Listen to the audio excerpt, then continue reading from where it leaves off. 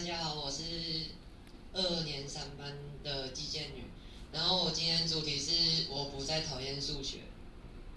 然后这就是我要说我就是读书的过程。然后先说我从国小开始。然后在国小的时候，我3年级的时候就被妈妈带去补习班，就是安亲班，就下课直接去，因为我们家是在做就是开那个餐饮店的，所以爸妈都没有空。然后我就去那里写我功课，写评量，跟老师学学校功课。然后刚去的时候，我都会很认真的写评量，把该做的事情做好。然后到了第一次段考，我那时候3年级第一次考第1名。然后那时我觉得最重要的事情就是，我现在是这样觉得，就是快乐比什么都重要。我不会，就是我觉得快乐是最重要的，所以那时候我就喜欢上篮球。然后所以我那时候没有很认真去写我要该写的作业。然后我那阵子也都没有什么读书，回去评量也都没有写，老师骂我，但是我平常都没写，但是每次段考出来都是前3名、前5名，所以老师也不知道那时候对我怎么办。然后到了6年级，我的好成绩维持到了6年级的时候，有一次我下学期第1次段考，我就是掉出了前5名，然后那时候我还蛮意外的。然后那时我掉出前5名的时候，我当时最喜欢的是数学。我在6年级以前，我数学段考还有平常考，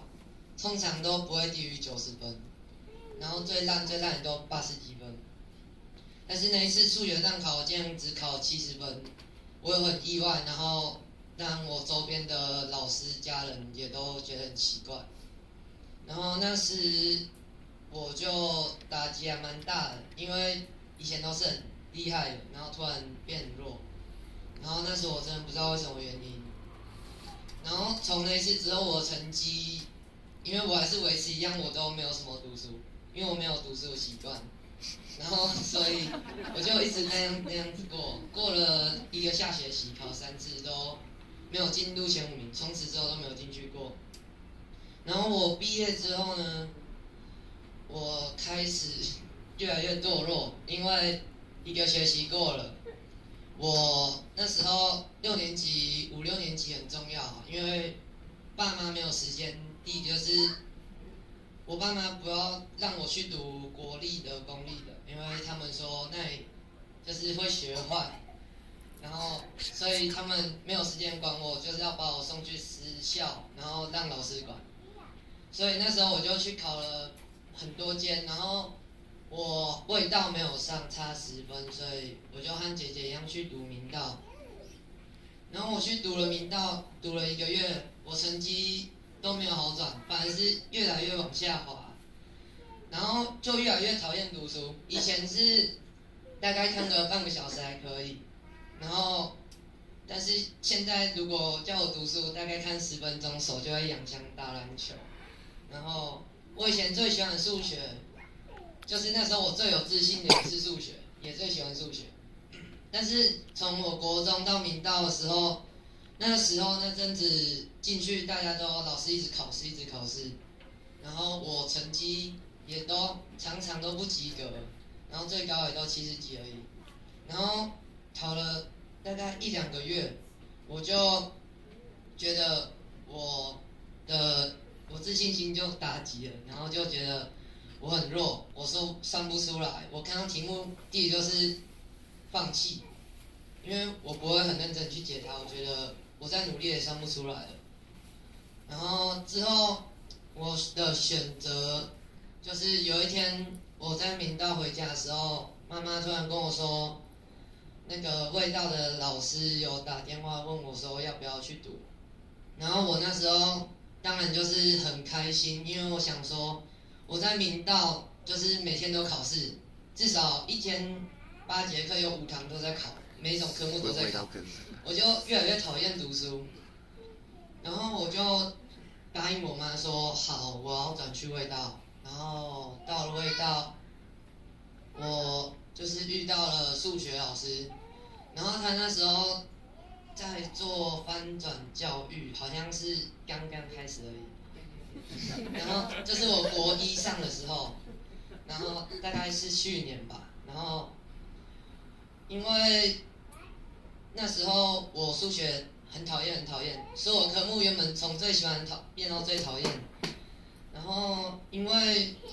这个数学老师，所以又把我以前对数学的热忱，就是看到题目会主动去算，不会去逃避，然后也觉得很有自信可以去算，